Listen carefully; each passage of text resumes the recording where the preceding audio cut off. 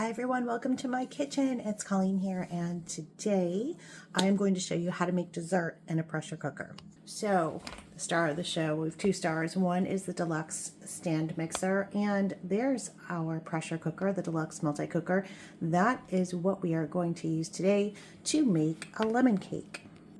So for the lemon zest that we need for the lemon cake, this is the cup zester and grater. It has a protective cover.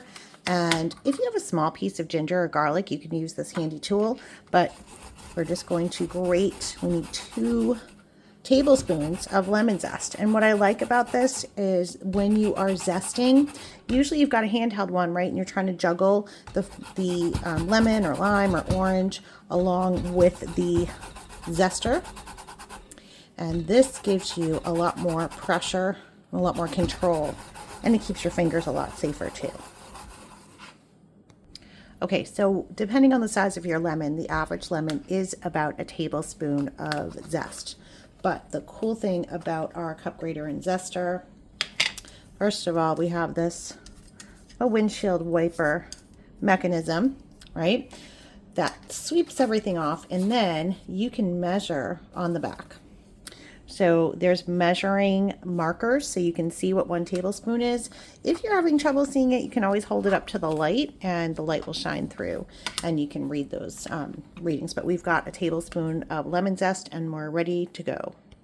Now to the pool, we are putting in our mixer. We are using a cup of Greek yogurt plain. We are using 1 cup of sugar. We are using 2 tablespoons of lemon juice. You can use jarred or you can juice a lemon. And then we have 1 egg. Drop it on the counter. That didn't go as cleanly as I would have liked, but that's okay. Wash your hands. Hands are washed. We are going to put in the zest from our lemon. And again, we can clean it with this little windshield washer situation. Good. Then we are going to put in a stick of butter. Now, if you slice up your butter, it is going to incorporate faster.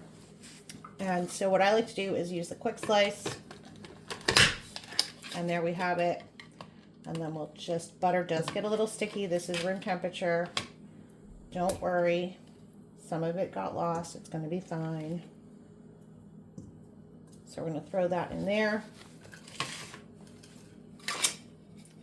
I will go grab a little scraper and we'll scoop the rest of it out. So that trick works better when your butter is cold. Fun fact, follow me so you don't make the same mistakes I do. I think we're going to be fine. And we're going to put in our paddle. This is a pressure fit just like every other mixer out there. What is unlike any other mixer out there are these pre-timed settings. So we want to mix, and the instructions tell us how long to mix for, but I don't have to worry about it because this tells me. It also tells me what paddle to use for mixing. Imagine that. So this is going to go for a couple minutes and then we'll put the rest together.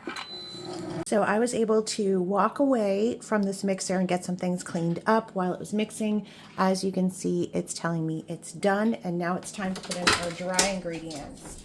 So this is flour, baking soda, and salt, the baking trifecta, and then we will mix this again for another preset 2.5 minutes. I love how cleanly the mixer blade, it has a little wiper on it and it cleans up the bowl really nicely. There's the beeping that tells us it's done. And the other thing that happens is depending on what you're making, if you're doing whipped cream or you're kneading bread, this mixer will adjust the speed based on what you're doing.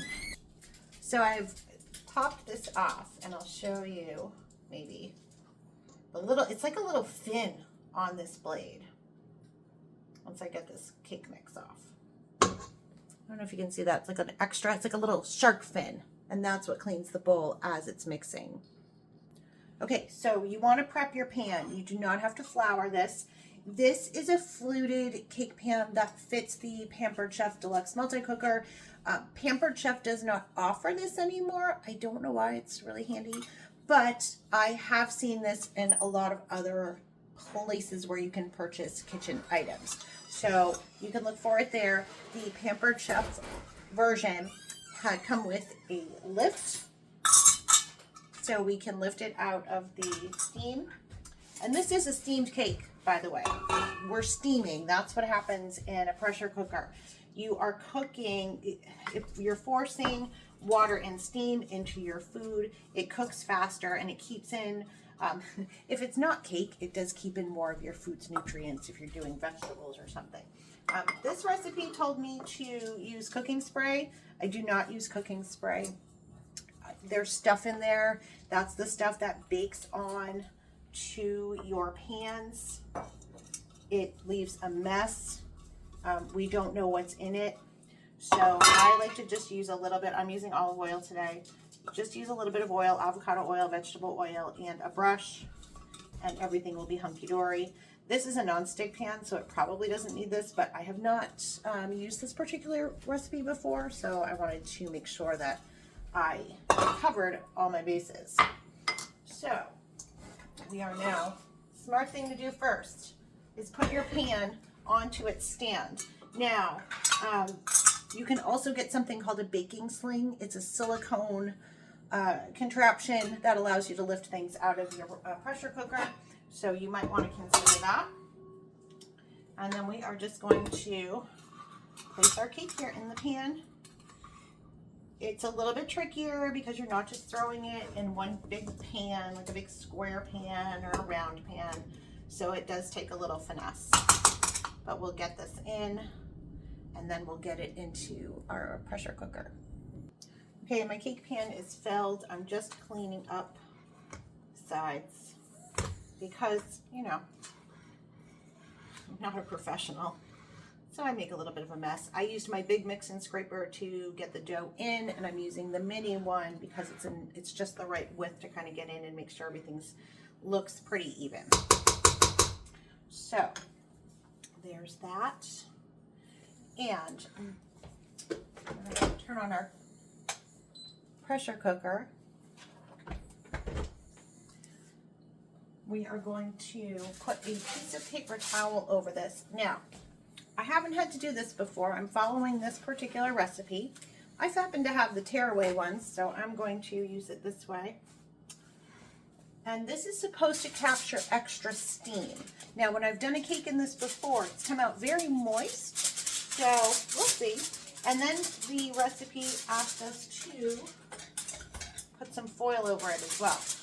Now, you could use a silicone if you have it.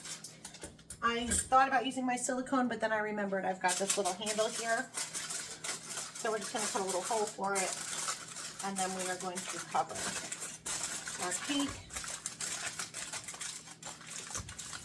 and we'll get it in the pressure cooker. Okay, so here we go.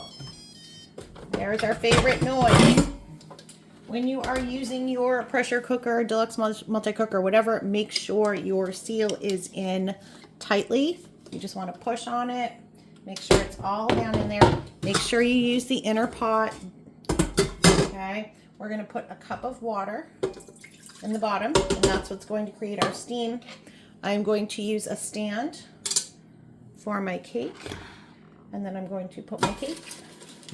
Okay, so it's a little bit wider because of my foil. So it will go in there. There we go. Good enough, as they say. We are going to close it. That tells me it's closed, and then I am going to select the dessert setting. Now, if you have a pressure cooker, you're going to want to follow the instructions on your pressure cooker. This is automatically set for 40 minutes. It's going to come up to pressure.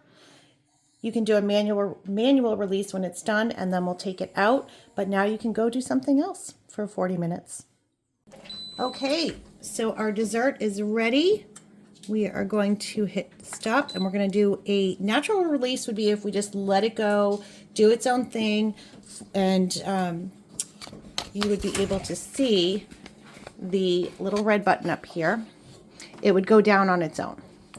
But we are going to just do a quick release, which is hitting the steam button. It'll tell you it's releasing. And what's really nice about this is the steam goes away from you. And I don't mind if my cabinets get a little bit of a steam clean, particularly over the stove. And as that goes down, I'm going to lift this up. In a minute, you'll see, keep your eye on this red button right here. As the pressure goes out, it is not safe to open this until this little red button goes down. And there it goes. See, it went away. Okay, so let's roll it back. Can't see myself, but we're going to give it a whirl. Okay. So you want to be careful when you open. I'm going to use this. Oh, it smells amazing. Okay, now this is the first time I've tried this with the foil, so I know it's a little bit of a tight fit. There is a little bit of water that's going to come out. And this is a small cake, you guys. You saw that this is a miniature bundt. Oh, excuse me, that's trademarked. I mean, fluted pan. And again, you can get these anywhere they sell baking products. I just want to see if I can show this to you. Now, there's some water on the top of this. I'm going to just wash it off with the stove. I'm going to try to keep it out of the cake pan. This is still going to be very hot. Pressure gets up to, I forget how much. It's a very high temperature. And then the recipe called for putting this paper towel on to absorb some of the steam, which it did. Okay. Maybe I would use cheese. Oh, and some of it stuck to the cake. But, hey, that's not too bad. That's pretty beautiful. So we're going to let this cool. And then I'm going to pop it out. I'm going to put it upside down. I am not going to put a glaze on this baby because I feel like it's a whole lot of sugar. But if you like sugar, you could do a little glaze with some milk, confectioner's sugar, and a little bit of lemon juice once the cake has completely cooled. But I'm going to let it pop, sit in here for a little bit, and then we'll pop it out. And there you have it, dessert in a pressure cooker. Thank you guys for watching. You are always welcome in this kitchen.